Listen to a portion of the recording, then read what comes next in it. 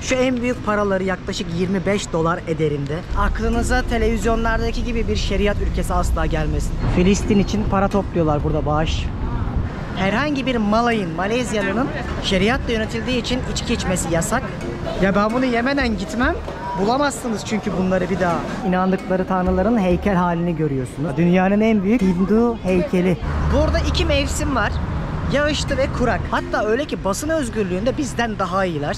Bu ülkede 5 senede bir ülkenin kralı seçiliyor. Eşcinsel ilişki yaşarsanız toplumun ortasında kırbaçlanıyorsunuz. Ya beni en çok şu sokakların temizliği etkilemiş olabilir. Dünya turumun ilk ülkesi olan Malezya'da başlıyoruz.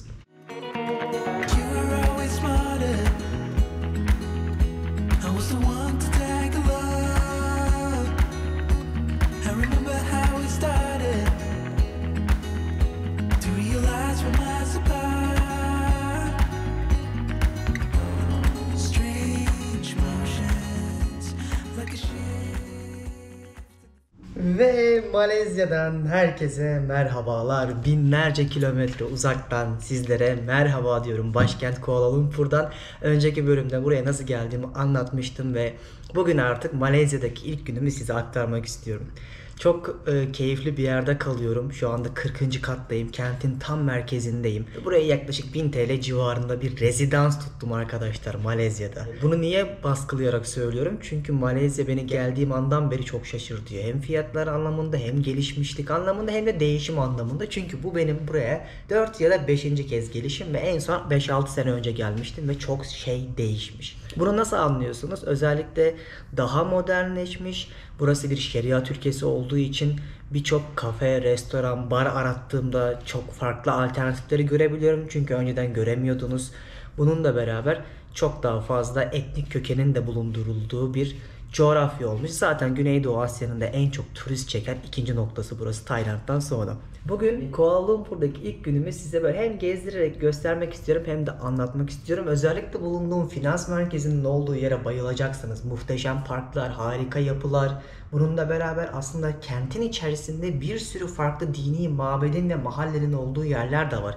Onlara da değinmeye çalışacağım. Malezya ile ilgili anlatacak aslında çok şey var. Bizim pek aşina olmadığımız ama bence bu coğrafyadaki önemli ülkelerden bir tanesi burası.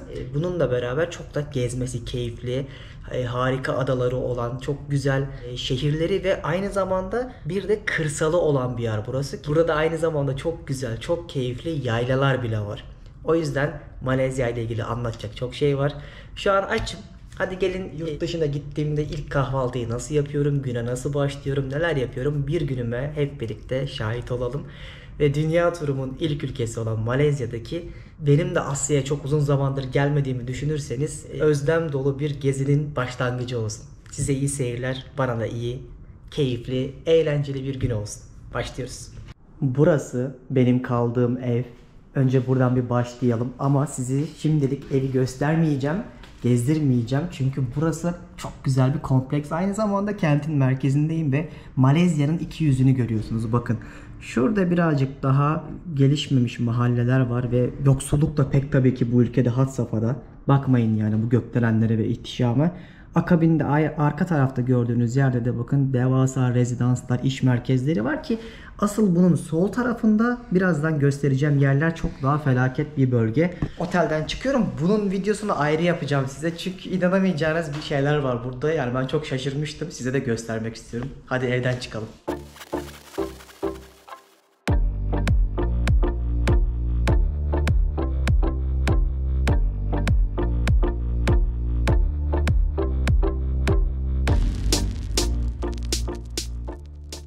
Dostlar fark ettiniz mi bilmiyorum. Asansörde bilerek 4 rakamlarına basmaya çalıştım ve yoktu. Çünkü Malezya'da çok fazla Çinli olduğu için de Çinliler için de 4 rakamının telaffuzu ölümle aynı ya da yakın olduğu için onlara saygıdan dolayı koymuyorlar. Onun yerine mesela 3A koyuyorlar. Hiçbir yerde 4 göremiyorsunuz. Sadece 4'ü 40'larda ve 400'lerde görebiliyorsunuz ama. Böyle bir durum var telaffuzundan dolayı. Niye şimdi bunu anlattım? Çünkü burası dünyada etnik çeşitliliğin uyum içerisinde yaşayabildiği nadir ülkelerden bir tanesi. Neden bunu söylüyorum? Burada 3 ana temel etnik köken var. Malaylılar, yani Müslüman Malezyalılar daha çok, Çinliler ve Hintliler. Bu 3 etnik kökeni gün içerisinde o kadar çok göstereceğim ki size, yollarda da denk geleceğiz zaten. Tapınaklarından, alışveriş merkezlerindeki o konuşma şekillerinden vesaire hepsini anlayacaksınız.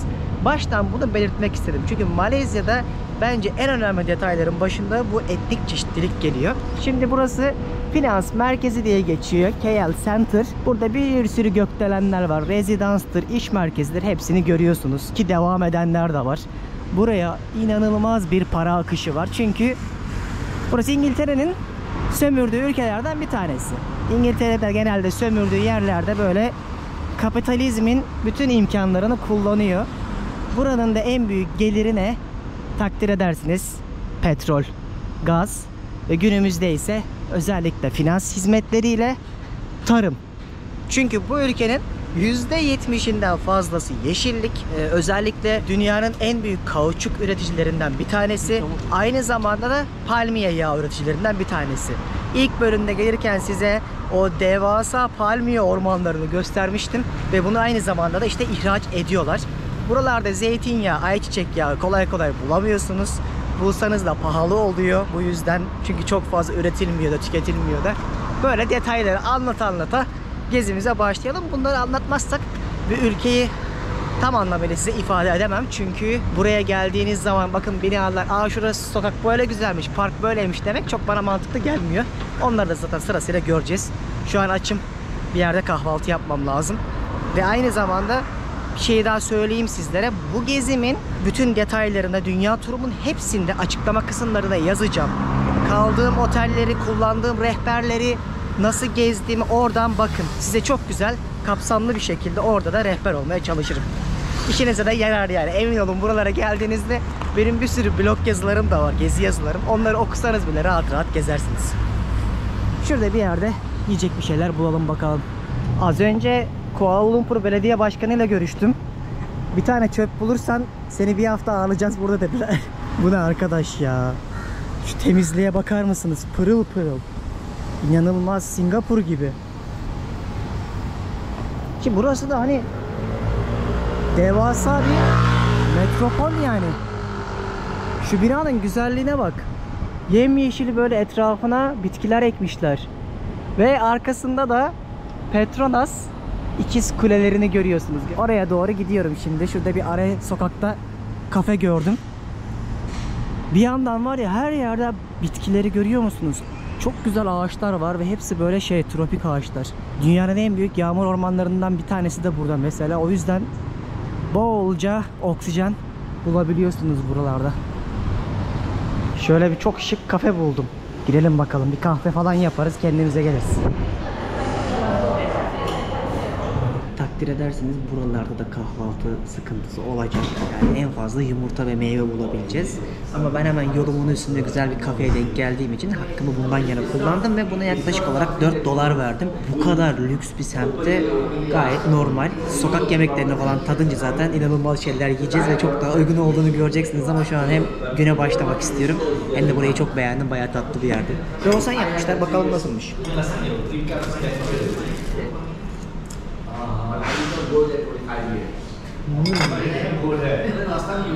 Güzel. Burada bir kahve aldım. Ağzına kadar doldurmuş.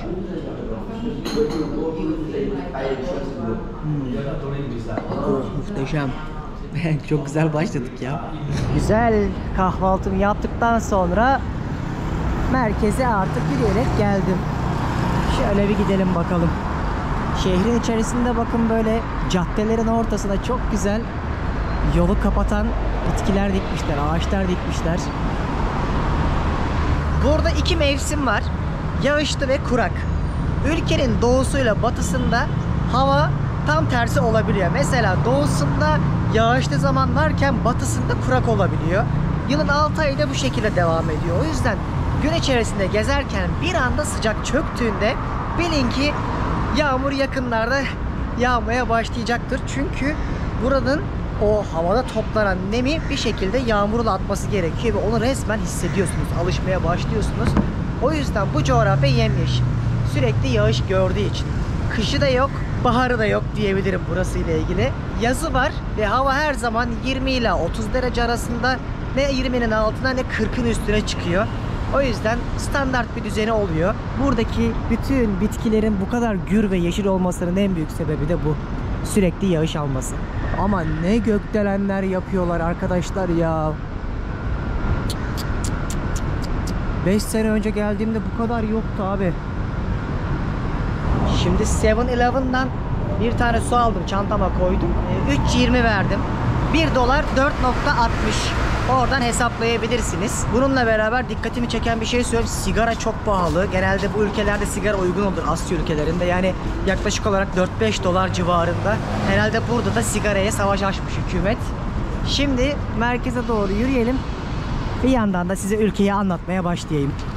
Ne güzel, her yerde böyle yeşillik var ya. Asıl biraz sonra bir tane park göstereceğim şehrin ortasında. New York'taki Central Park gibi. Ya o kadar büyük değil ama hissiyat olarak söyleyeyim.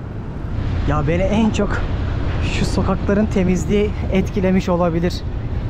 Uzun zaman sonra bu kadar temiz bir yer görmedim. Yani Japonya falan da gidersek gösteririm. Keza Singapur'a da, ama Malezya'da oldukça pırıl pırıl çıktı. Geldik.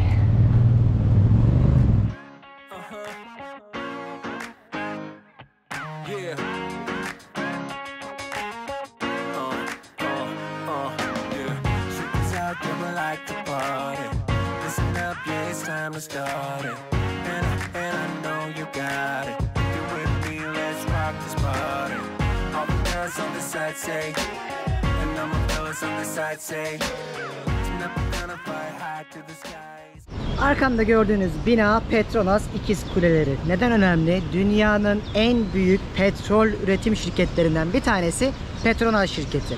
Malezya bütün enerjisini neredeyse petrol ve gazdan sağlıyor ve tamamını kendi sınırları içerisinde üretiyor. İşte arkamdaki gökdelen de bunun için yapılmış. Dünyanın en yüksek ikiz kulesi ve 2004 yılına kadar da dünyanın en yüksek yapısıydı burası.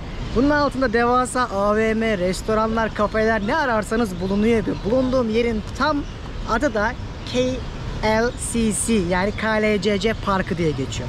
Şehrin ortasına da muhteşem böyle bir park kurmuşlar. Bir botanik bahçesi havasında. İçerideki gölde insanlar çocuklarıyla beraber havuzlarda yüzüyorlar. İsterseniz parkta koşabiliyorsunuz, doğa yürüyüşü yapıyorsunuz. Olağanüstü bir yer anlayacağınız. Peki Malezya komşularına nazaran, mesela Endonezya'ya ya da hemen Vietnam'a nazaran mesela nasıl bu kadar zengin oldu? 1500'lü yıllarda buraya önce Hollandalılar geliyor, sonra İngilizler. İngilizler geldiğinde her zaman yaptıkları gibi öncelikle ne yapıyorlar? Ticareti geliştiriyorlar ve özellikle Hindistan'dan ve Çin'den buraya ilk Müslümanlar geliyor, ama akabinde de Çinliler ve Hindular geliyor. Ve şu an günümüzde de ülkede 3 ana etnik köken var demiştim ya. Malaylar, yani orijinal Malezyalı Müslümanlar, Hindular, en azınlıkta olanlar ve ortadaki ticareti yöneten, parayı yöneten de Çinliler. Para demişken elimdeki Malezya paraları ıslanmıyor, yırtılmıyor, oldukça sağlam. Şu bir mesela Malezya ringgiti olarak geçiyor. 1 dolar 4,5 demiştim. Şu en büyük paraları yaklaşık 25 dolar ederinde ve üzerinde de krallarının, kurucularının fotoğrafları var. Ve böyle 100'lük, 50'lik, 20'lik, 10'luk diye bu paralar gidiyor. Bunu niye anlattım? Ülkede 300 milyar dolardan fazla geliri var. Gayri safi milli hasılası ve kişi başı gelir 12.000 dolardan fazla. Bu coğrafyadaki en önemli ülkelerden bir tanesi burası. Ve size az önce gösterdiğim o Petronas kuleleri ve Petronas şirketi var ya, dünyanın en büyük 70. şirketi. 200 milyar dolar yaklaşık olarak gayri safi milli hasılaya katkıları var. 35 milyonluk ülkenin geliri yaklaşık olarak 360 milyar dolar ve dünyanın en büyük 36. ekonomisine sahipler ve bu ülke aslında eyaletlerle yönetilen bir ülke. Ondan fazla eyalet var ve her eyaletin de bir yöneticisi var. Ve bu ülkede 5 senede bir ülkenin kralı seçiliyor. Ve bunu da eyaletler içerisinden kendi aralarında karar vererek seçiyorlar. Ve seçilen kral, yani ülkenin başına gelecek lider, daha doğrusu Müslüman olmak zorunda. Herhangi bir başka dine mensup olamaz ve böyle bir şey olursa da krallığı düşüyor. İşte böyle bir ülke Malezya ve siyasi olarak da dini olarak da tamamen İslamiyet'in kontrolünde olan kuralları olsa da aynı zamanda demokrasi de var. Hatta öyle ki basın özgürlüğünde bizden daha iyiler. Bununla beraber bu ülkede çok enteresan bir şey daha söyleyeyim size. Eşcinsel ilişki yaşarsanız toplumun ortasında, mesela en son 2018'de yapılmış bu mahkemede, kırbaçlanıyorsunuz günümüzde bile. Bununla ilgili de ayrı bir bölüm yapacağım. Buranın birazcık daha o şeriatla yönetilen kısmına dair ama en azından bunları bilerek ülkeyi anlamak lazım. Şimdi size bunları niye anlattım? Bu ülkedeki çok önemli mahalleler var. İşte Çin mahallesi, Hint mahallesi, işte camiler var, tapınaklar var vesaire. Onları göstermem için önce bunu anlatmam lazımdı. Şimdi onlardan bir tanesini götüreceğim sizi. Şehrin altında çok gelişmiş bir metro hattı var. Şimdi gideceğim yere metro ile ulaşacağım. Hadi bakalım, benim korkulu rüyama geldik. Nasıl gideceğiz? Bu makinelerin çoğu nakit istiyor arkadaşlar. Aklınızda bulunsun, Kuala Lumpur'da kartı kabul etmiyorlar. Allah'tan biraz nakdim var bakalım. Ben şu an KLCC'deyim. Direkt girdim. Standart İstanbul'daki gibi Kampung Baru durağına gideceğim. Allah, yine başaramadım. Ya ben bunu niye beceremiyorum ya? Bir İngilizceyi seçtik. Şu hattı. Kampung Baru. Aa, 1.10 mu? Şaka yapıyorsun var ya, 5-6 lira falan bozuk parayla ödeyebilirsin diyor. Yani 10 kuruş gibi düşünen yok, alamıyorsun. İşte bu kadar iyi buradaki sistem. Belki abarttığımı düşünüyorsunuz ama saçma sapan bir sistemleri var. Buraya gelirken de çok zorlanmıştım. Şimdi buradan para bozduruyor. Thank you. Niye böyle oluyor? İşte anladınız mı? Kart geçmediği için her seferinde para bozdurmanız lazım ve şu paraların aslında hiçbir değeri yok yani. 3-5 lira gibi bir şey. Ama uğraştırıyorlar. Bu sefer başaracağım. Kampung Baru, cash. Paramızı yatıralım. Allah'ın cezası ya. Bu da kabul etmiyor. Hadi koçum.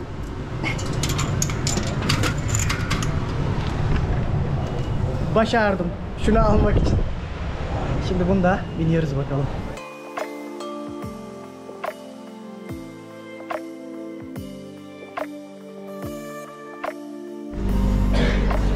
İnsanları direkt çekmek istemediğim için kendime doğru kamerayı tutuyorum. O yüzden beni sıkça görmenizin sebebi bu arkadaşlar. Sevmiyorlar kameraya. Onlara doğru döndürdüğünüzde o şeyi artık hissediyorum. Dünyanın her yerinde böyle bence artık.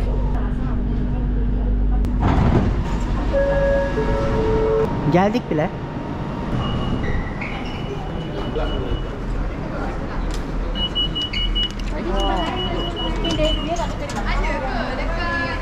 Şu ülkeyi var ya, yani anlayamıyorsunuz ilk bakışta. Hani ben bazen böyle insanların yanından geçerek hani detayları çekmeye çalışıyorum.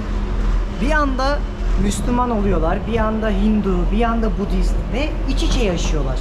Ve yıllardır böyle. Hepsinin ayrı kuralları var. Yani ülkenin hem mahkemeleri var, anayasaya göre düzenlenmiş ki buna daha çok Çinliler ve Hindular tabi oluyor. Bir de şeriat mahkemeleri var.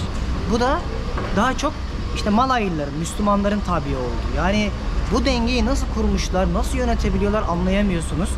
Mesela bir tarafta küçücük çocuklar işte başörtülü geziyorlar. Öbür tarafta çok rahat bir şekilde giyinen Çinlileri görüyorsunuz.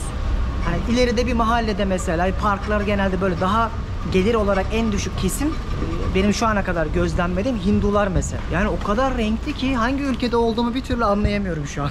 Burada Chowkit diye bir mahalle var. Pazarlar, çarşıların da olduğu, aynı zamanda Hint mahallesi, Çin mahallesine falan da yakın. Oraya doğru şu an yürüyorum.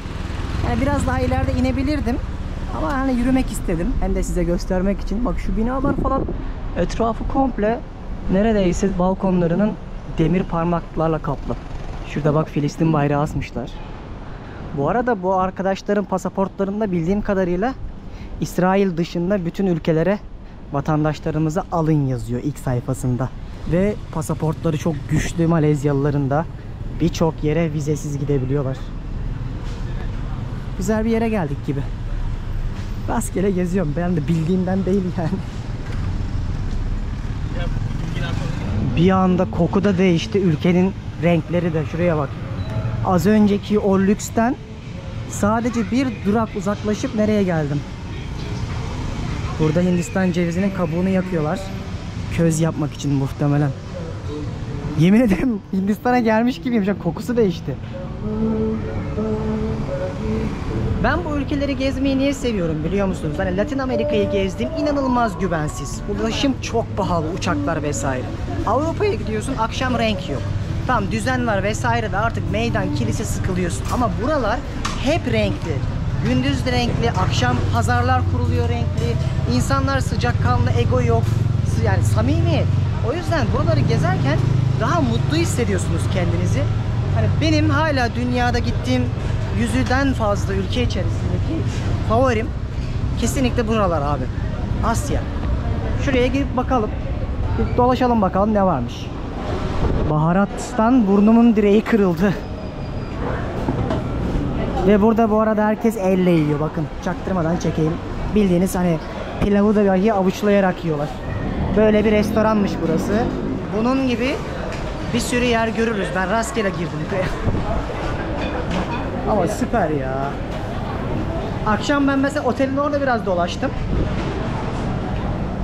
Her yere küçük küçük böyle alanlar kurmuşlar. Pazar gibi böyle büfeler. 20-30 tane kamyonu koymuşlar mesela. Farklı farklı mutfakları tadabiliyorsunuz. Sokakta insanlar var.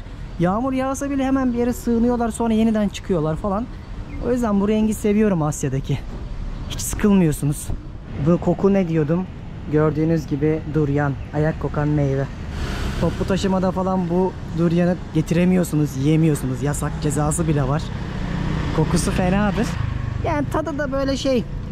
Yani çok vıcık vıcık bir şey. Ben beğenmiyorum. Bence abartı. Böyle çok jel gibi. Tadı da bence diğer tropik meyvelere nazaran çok da güzel değil. Bak. Bu neymiş? Ne olduğunu bilmiyorum. Ben çok beğenmiyorum yani. Daha ne meyveler var. Tayland'da falan yeriz onları da. Pazara da geldim sayılır. Zaten değişmeye başladı coğrafya. O kadar sıcak ki yani bu ürünler nasıl dışarıda kalabiliyor anlamış değilim. Pazara geldim. Kokusundan zaten anladım geldiğimi. Makine dairesi çalışıyor. Etler, tavuklar ne ararsanız var. Yani taptaze görünüyor. Eyvallah. Hadi bak şurada buz falan koymuşlar tavuk ayağına. Burada Asya'da çok severler tavuk ayağını. Bunu haşlıyorlar da kızartıyorlar da yiyorlar. Benim yüzüm yanıyor sıcaktan. Bu ürünlerin nasıl dayandığını bilmiyorum. Domuz yok buralarda. Yasak zaten ülkede. Balık satıyorlar burada. İç organları ayıklamışlar. Çok uygun fiyatları. Yani şu balığın kilosu $1 falan. Bak balığın rengi bile gitmiş yani diye tahmin ediyorum. Vay baby kalamarlara bak. Oha karides çok uygun. $4 falan.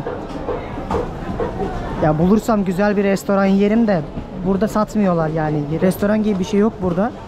Sadece alabiliyorsunuz. Şunlara bakın, okyanus kalamarı.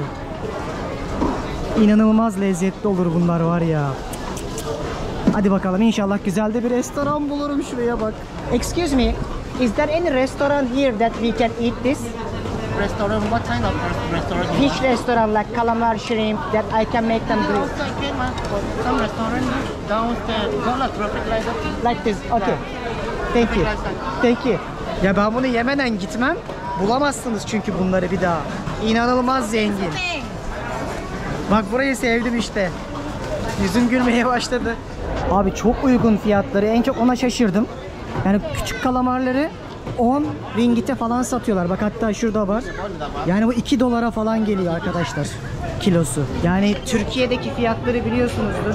İşte bunları nasıl getirebiliriz, satarız mesela. Aa, sana bir girişim fikri. Restoran soruyorum. Yani restoran nasıl telaffuz edilir? Dünyanın her yerinde aynı. Kafa sallıyorlar, sonra peşinden koşuyorlar. Şurada var diye. Ah güzel kardeşim. Hadi bakalım şöyle bir gideyim. Yani şimdi böyle bir restorana yönlendirdi beni ama burada yemek pek sağlıklı olmayacak. Çünkü çoğu şeyi kızartıyorlar bu ülkede. Bak dışarıda mesela. Ya keşke mangal olsa daha temiz. Hani en azından bir alışalım, biraz zaman geçsin. Yani böyle ülkelere geldiğinizde en önemli dikkat edilecek şey bir buz. Yani buzlu su demek, bir yanlışta hastanelik olursunuz. İkincisi de kızartma ürünleri. Mideyi bozabilirsiniz. O yüzden risk etmek istemiyorum böyle ayak altı bir yerde. daha düzgün bir yer arıyorum. Hem de bahaneyle geziyorum. Zaten hedeflediğim yere geldim. Burada bir tane monoray mıydı bunun ismi? Ondan var. Bu bölgede de bir sürü böyle restorandır, markettir vardı zaten. Dolaşalım bakalım.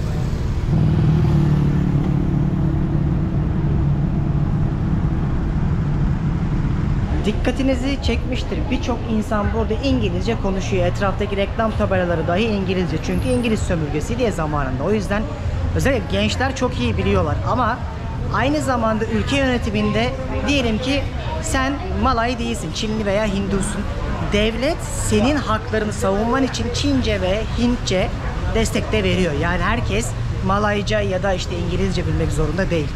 Böyle bir durum var Malezya'da. Bu şekilde herkesi haklarını savunması için birazcık fırsat eşitliği sağlamaya çalışmışlar. Restoran buldum bir tane. Oraya doğru gidiyorum. Fotoğraflarına da baktım. Deniz mahsulleri güzel görünüyor. Burada da yine AVM'ler, finans merkezi oluşmaya başladı. Şu arka tarafta pazarlar var. Gece pazarları falan ama ben sizi daha güzeline götüreceğim. Filistin için para topluyorlar burada, bağış. Palestin he? Adamsın. Kendimi bir restorana attım. Thai restoranı burası ama olsun. Kardeşim benim tuzla şey getirdi. Thank you. Şöyle bir şey aldım. 30'a. Güzel görünüyor. Orta öğünlük böyle gün içerisinde rahat rahat yemedik. Bakalım tadına. Altında da muz yaprağı koymuşlar. Asya'ya geldiğimiz belli olsun diye.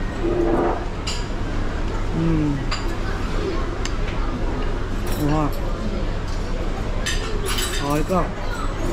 Portakal suyu yerine karpuz suyuna döndüm. Buna da 10 Malezya ringgiti verdim. Dışarıda öyle bir sıcak var ki sanki bir yerde yangın var da hani siz yanı başında bekliyorsunuz gibi. Yüzünüze alev vuruyor. Yemeği yiyip bir enerjimi alayım. Sonra burada bir Hint mahallesi var. Sizi oraya götüreceğim. Yemeğimi yedim. City Center adındaki bir mahalleye geldim. Burada Hint mahallesi, Çin mahallesi ve Malay mahalleleri var. Şimdi onları gezeceğim. Zaten girer girmez binaların şekilleri bile değişmeye başladı. Tatlı satan tezgahlar. Şurada rengarenk eşarplar. Yerel halkın giydiği şu kıyafetler. Ne ararsanız var burada. O yemek tezgahları da açılmış. Böyle yerleri gezmeyi çok seviyorum. Bak her yerde şu buzlu içecekten satıyorlar ama daha hiç içmedim. Çünkü diyorum ya hani riske edemiyorum onu. Birazcık zaman geçsin. Burada çok fazla resmi tatil oluyor. Çünkü ülkedeki farklı toplumların farklı dini bayramları var. Mesela diyelim ki bayram zamanı bizim İslamiyet'teki Ramazan ve Kurban Bayramı'nı düşünün. Müslümansanız yani Malaysanız dışarıda yemek yemeniz yasak. Ve cezası var mı bilmiyorum ama hiç hoş karşılanmıyor. Ama bununla beraber mesela Hintlilerin bir sürü festivali var. Çinlilerin de keza özel bayramları var. O dönemlerde de ülke genelinde direkt resmi tatil ilan ediliyormuş. Malezya bizden vize istemiyor bu arada. Atlayıp direkt gelebiliyorsunuz. Bana hiçbir şey sormadılar bile ve buradan birçok yere gidebiliyorsun. Singapur, Vietnam, Tayland, Endonezya, Laos, Kamboçya gibi inanılmaz böyle Güneydoğu Asya'daki ülkelerin hepsine ulaşım sağlayabiliyorsunuz. Çok uçakları var. Bu konuda tam merkez noktalardan bir tanesi. O yüzden zaten son yılların parlayan destinasyonlarından bir tanesi. Çünkü çok fazla uçuş ağını burada buluşturuyorlar. Şu meyvenin ismini unuttum. Bu ağaçta yetişiyor. Jackfruit bunun adı. Ağaçta yetişiyor arkadaşlar. Kafanıza düştüğünü düşünsenize.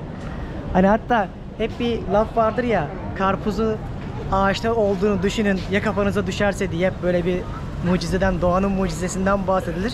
Mesela bu jackfruit ağaçta büyüyen bir meyve ve karpuz kadar oluyor. Şimdi mesela bakın burada hemen bir tane cami görüyorsunuz. İnsanlar dualarını ediyor, Müslümanlar. Buradan hemen 200 metre aşağıya götüreceğim sizi. Biraz sonra Hint mahallesindeyiz. Ya o kadar içli dışlı, hani bizim eski böyle İstanbul filmlerde hep şey yaparlar diye, böyle kültür başkenti, farklı inanç, farklı dine inananların ve etnik kökenlerin uyum içinde yaşadığı yer derler ya. Bana da Kuala Lumpur onu hissettiriyor genelde. Oraya doğru şimdi yürüyorum. Bu arada çok güvenli, hiçbir sıkıntı yaşamıyorsunuz. Sistemleri çok iyi yani. Bir Endonezya gibi falan değil mesela. O yüzden gönül rahatlığıyla gelebilirsiniz bence buraya. Hiçbir sıkıntı da yaşayacağınızı düşünmüyorum. Böyle köprüden geçerek gidiyorum. Arkadaşlar evleniyor galiba. Bunlar Çin asıllılar. Gördüğünüz üzere. Şurada Mescid-i Camek vardı arka tarafta. Girmedim çünkü ibadet ediyorlardı, almadılar. Altımda şort olduğu için girmek de istemedim. Ayıp olmasın diye. Şu gördüğünüz dünyanın en yüksek ikinci yapısı. Kulesiyle beraber. Herhalde şey gibi olmuş. Kuleyi daha da yüksek olsun. Dünyanın en yüksek ikincisi olalım diye yapmışlar gibi. Çok yüksek olmuş çünkü. Burada da Malay mimarisinin olduğu böyle camiye benzeyen bir eklentisi gibi bir yapı var. Ortada bir tane kanal geçiyor. Şuraya doğru gidiyorum. Burası meşhur Merdaka Meydanı ama bir sürü yeri kapatmışlar. Herhalde bugün bir etkinlik var. Arabaları da koymuşlar böyle modifiyeli o yarış arabalarını. Aynı zamanda standları da kurmuşlar. Bir kutlama gibi bir şey yapıyorlar. Şöyle gireyim bakalım. Burada kızlar falan yarış yaptıracaklar herhalde. Need for Speed. Yani işte bunu diyorum. Şeriat ülkesi ama ikiye ayrılmış durumda. Yani her şey bunu sosyal hayatta da görüyorsunuz. Bu arada her ne kadar şeriat ülkesi olarak bilinse de kadınlar bütün alanlarda çok aktif. Mesela üniversite okuyanların %60'ı kadın. Her alanda çalışan kadınları da görebiliyorsunuz. Yani aklınıza televizyonlardaki gibi bir şeriat ülkesi asla gelmesin. Ve şu an yüzüm, hani güneş biraz göründü, yemin ederim yanıyor. Yani inanılmaz vuruyor yüzünüze. Gözümden yaş geldi.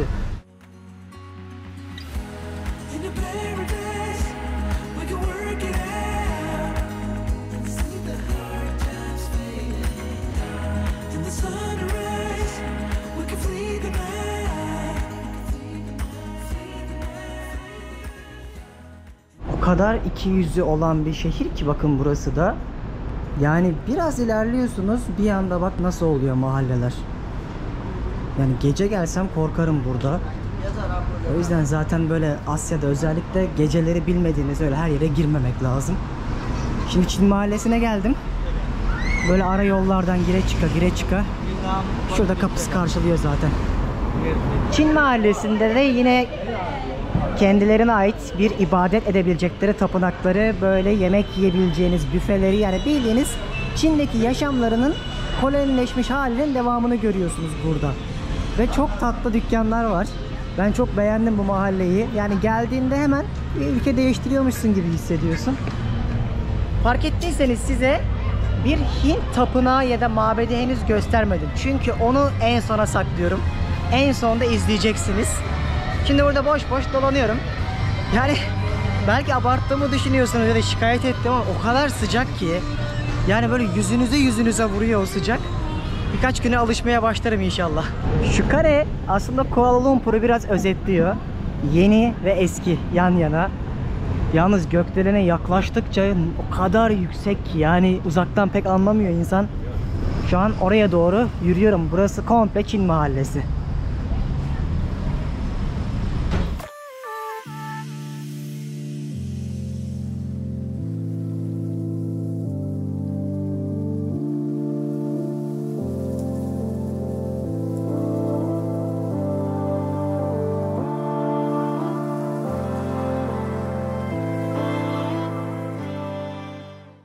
Şimdi Malezya sadece Kuala Lumpur değil tabii ki. 35 milyon kişinin yaşadığı ve birçok adası olan, ondan fazla eyaleti olan bir ülke. Ve bu ülkenin içerisinde en meşhur yer Kuala Lumpur, Langkawi ve Penang adaları. Bu üç yer zaten birçok turistin olmazsa olmaz. Ama bununla beraber Sabah ve Sarawak diye bir bölgesi daha var. Ben mesela oraları da görmek istiyorum. Daha az gelişmiş yerler. Yani o yüzden buraya geldiğinizde en az bir hafta 10 gün ayırmak lazım. Bir de Malezya'da, bir de Kuala Lumpur'a yakın olan Malacca diye bir şehir var. Burası kolonyal bir şehir. Ben oraya 5 sene önce gitmiştim. Çok beğenmiştim. Orayı da öneririm. Bunların zaten hepsini rota olarak açıklama kısmını yazacağım. Aynı zamanda web sitem birhayalimpeşinden.com'un Malezya yazılarının linkini de koyacağım ki sizler buraya gelmeden önce bu yazılar size ücretsiz bir şekilde rehber olsun. Çin mahallesinde dükkanların, mağazaların, büfelerin, standların olduğu bir bölgeye geldim. Çin mahallesindeyken şöyle bir dükkan dikkatimi çekti. Bakın herkes oturmuş biralarını içiyor. Şimdi diyeceksiniz bunu niye anlatıyorsun? Bundan yıllar önce geldiğimde hatırladığım kadarıyla bu kadar rahat içki içebileceğiniz yerler, barlar yoktu. Ama son yıllarda özellikle son başbakan değişikten sonra kral daha doğrusu bu caddeyi de hatırlıyorum bu arada. Benim burada da çekimim vardı. Biraz daha rahatlamış artık. Yani turizmi de kaybetmek istemiyorlar çünkü.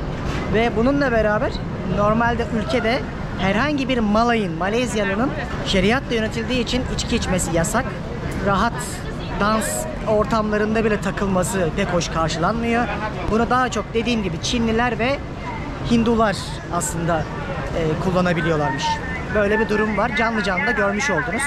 Bu bilgilerle ilgili ayrı bir tane video yapacağım. Cumartesi akşamına falan denk getirirsem insanların yaşamlarından da akşam böyle gece hayatından da size örnek gösteririm ki canlı canlı siz de görürsünüz. Bu Çin mahallesini sevdim, çok canlı. Şu ana kadar en canlı yer diyebilirim. Pek tabii ki Pekin ördeği. Şöyle parçalayıp satıyor abla. Ben çok sevmiyorum bunu. Çok tatlı oluyor. Dışındaki o derisinin şeyinden dolayı. Ama yani çok güzelmiş burası ya. Bak mesela rastgele bir yere giriyorum. Çok güzel dükkanlar, kafeler var. Alışveriş yapılacak yerler var. Fiyatlar da çok uygun. Şimdi biraz soluklanmak için kendimi kafeye attım. Burada enteresan bir şey söylediler. Yani sütlü kahve istedim. Bildiğin çikolatalı. Diyorum ki ya kahve değil çikolata diyorum. Bu diyor Çin usulü diyor. Yani Çin mahallesindeyiz ya. Artık yani anlatamadım. Bir şekilde anlaşamadık. Ama o kadar tatlı insanlar ki yani kesinlikle Malezyalılar mutlu, pozitif insanlar. Daha ne surat asan, kavga eden, korna çalan kimseyi görmedim. Olabildiğince güler yüzlü ve kibarlar. Ve şuna ne kadar ödedim biliyor musunuz? Sadece $1,5 arkadaşlar. Sadece. Yani ya bana çok ucuz geliyor ya da Türkiye'de her şey çok pahalıydı, bilmiyorum. Öyle biraz soluklanacağım. Sizi biraz sonra Hindular için çok kutsal bir yere götüreceğim. 2,5 Malezya ringgitine bir tren bileti aldım. Burada her yerde tren var. Sabahtan beri anlatıyorum. Google haritaları da kullanmayı biliyorsanız her yere rahat rahat gidersiniz. Nereye gidiyoruz? Batu Caves'e. Burası Hindular için bir hac noktası. O kadar önemli bir yer ki şimdi gittiğimizde de birçok insanın hac için geldiğini göreceksiniz. Buraya gelip dualar ediyorlar ve devasa bir mağaranın içerisindeki tapınak bölgesi olarak geçiyor. Bence Kuala Lumpur'daki Petronas kulelerinden daha değerli ve önemli bir nokta. Daha ünlü aslında bir nokta ama birçok videoda çok fazla değinilmiyor. O yüzden buraya kadar gelmişken size 3 mahalleyi, 3 dini anlatmıştım. Şimdi sırada sonuncusu var. Hinduizm yani. Hadi Batu Caves'e gidiyoruz. Şimdi treni beklerken bakın ne denk geldi. Şu trenin şu kompartımanı sadece kadınlara ait. Malezya'da yazıyor bak, couches for ladies only diye. Bunu birçok trende görebiliyorsunuz. Ve tren geldi. Zaten direkt üzerinde Batu Caves yazıyor. Direkt tapınağın olduğu yere gidiyor. Dünyanın en büyük tapınaklarından birisi. Mesela ben buna binemem. Sadece kadınlar binebilir. Şu bir sonrakine binelim.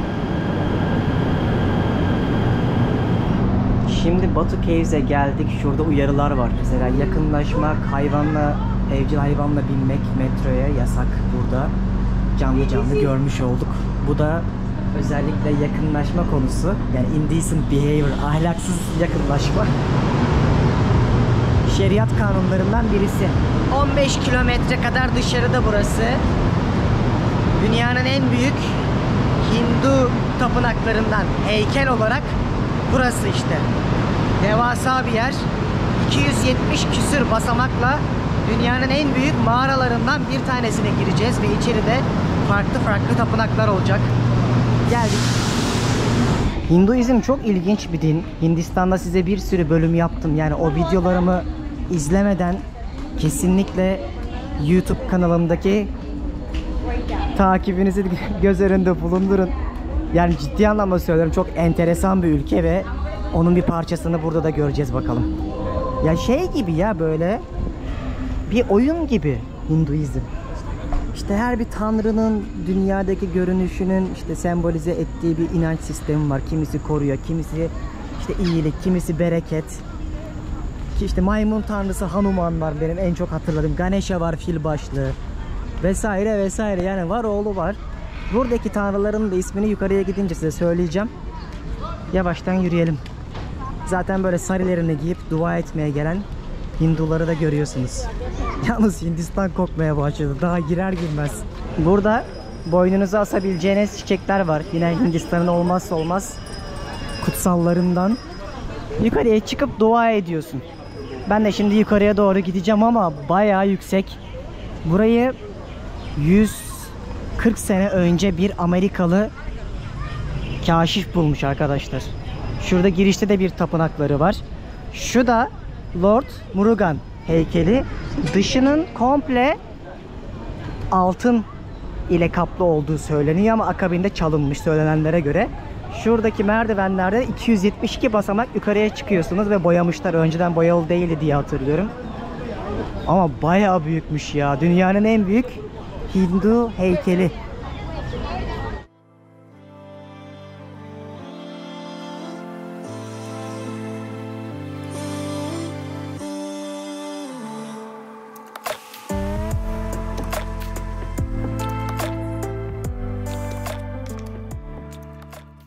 Buradaki tapınaklardan birine gireceğim. Should I take it? Put it here? No problem, right? Bir çalarlarsa var ayakkabı. I hope so. İçeride tütsüler yakılmış. Bindilerini takan Hindular gelip burada dualarını ediyorlar. Tanrıların hepsinin görünüşü farklı ve hepsinin inandığı tanrı farklı görünse de aslında kas sisteminde en son yol artık sonsuzluğa, ölümsüzlüğe gitmek. Çok karışık bir din gibi görünüyor. Evet öyle ama temeli aslında aynı. Ama o kadar çok tanrı var ki bir süre sonra tabii ki aklınız karışıyor. Yani tren tanrısı bile var, düşünün. Hindistan'da tren ağlarının çok iyi olduğunu ve bunun bir tanrının yapabileceğini düşünüyorlar. Öyle bir inanışları var. Tanrı burada. Yani tanrılarının, inandıkları tanrıların heykel halini görüyorsunuz. Sembolize halini ve burada dualarını eden insanlar bu abinin kutsal o verdiği, alnınıza sürdüğü boyayı alıp ateşin üzerinden tütsünün o kokusunu üzerlerine sürüp dualarını ediyorlar ve gönüllerinden kopanı da o tepsinin içerisinde bağışlıyorlar. Yani altına geldiğinizde ne kadar küçük kaldığınızın farkına varıyorsunuz. İnanılmaz büyük. Şu tapınaktan çıktım, şimdi yukarıya doğru 272 basamak çıkacağız.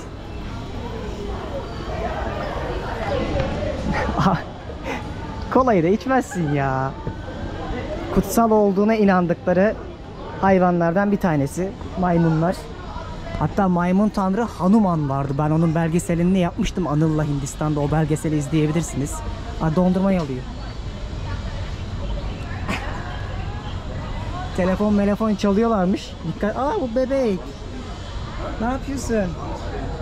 Yukarıya doğru çıkalım mı?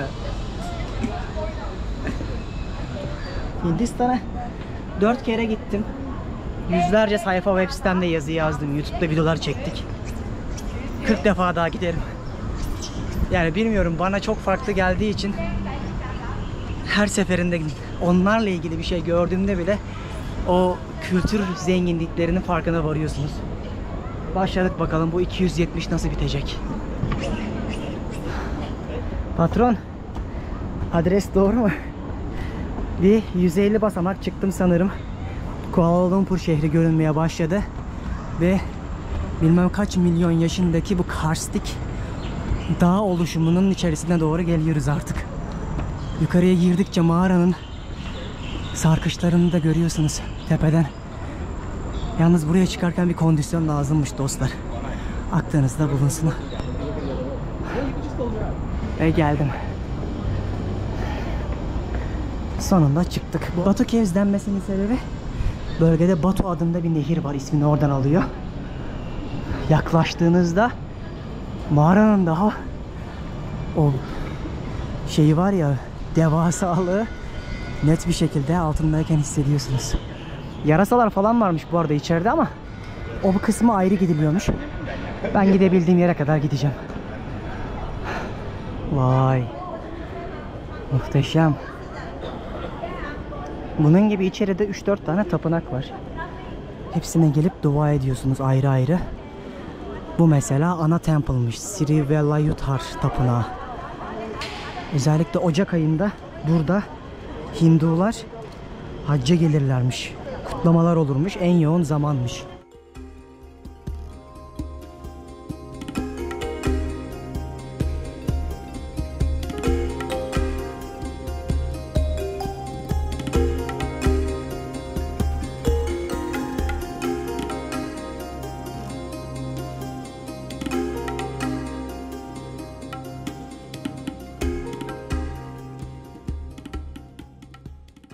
Muhteşem.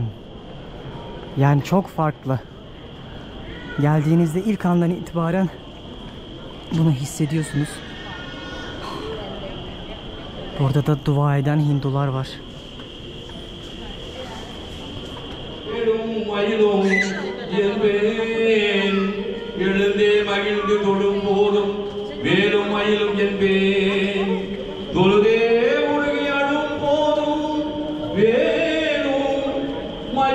Hinduizmin temelinde, özünde de yine tapınağa geldiğinizde dua, sunaklar, adaklar ve para. Herkes bir şekilde gönlünden kopanı tapınaklara veriyorlar. Hatta bazı yerlere giriş, özel yerlere giriş ücretli oluyor. Şimdi en üst kattaki tapınağın olduğu yere geldim. Burada yağmur damlaları, su damlaları düşüyor. Ambiyansı çok farklı ama dünyadaki bu renk çeşitliliğini çok seviyorum. Şu an aşağıda ayin başladı. Yukarıda bitkiler, yukarıda ise böcekler, kuşlar ötüyor. Enteresan bir dünya oldu.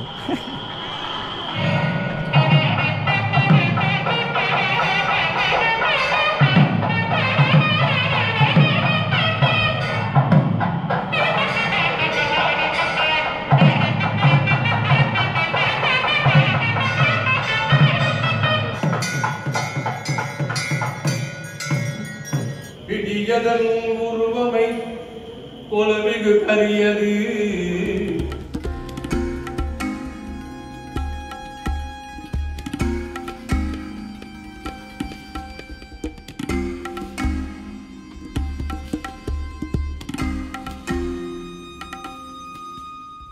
Ve artık benden bugünlük bu kadar. Size güzel bir Kuala Lumpur gezi rehberi hazırlamaya çalıştım. Hem bilgilerle hem de gezilecek yerlerle. Kanala abone olup bildirimleri açarsanız sonraki bölümlerde dünya turumdaki harika ülkelerden, şehirlerden böyle kapsamlı videoları izlersiniz.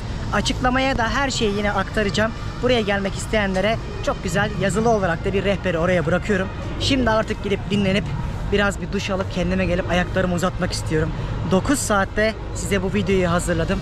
Muhtemelen çok da güzel bir şey çıkmıştır nihayetinde. Umarım sizlere de güzel rehber olmuştur. Şimdilik Malezya'dan selamlar. Sonraki bölümde görüşmek üzere.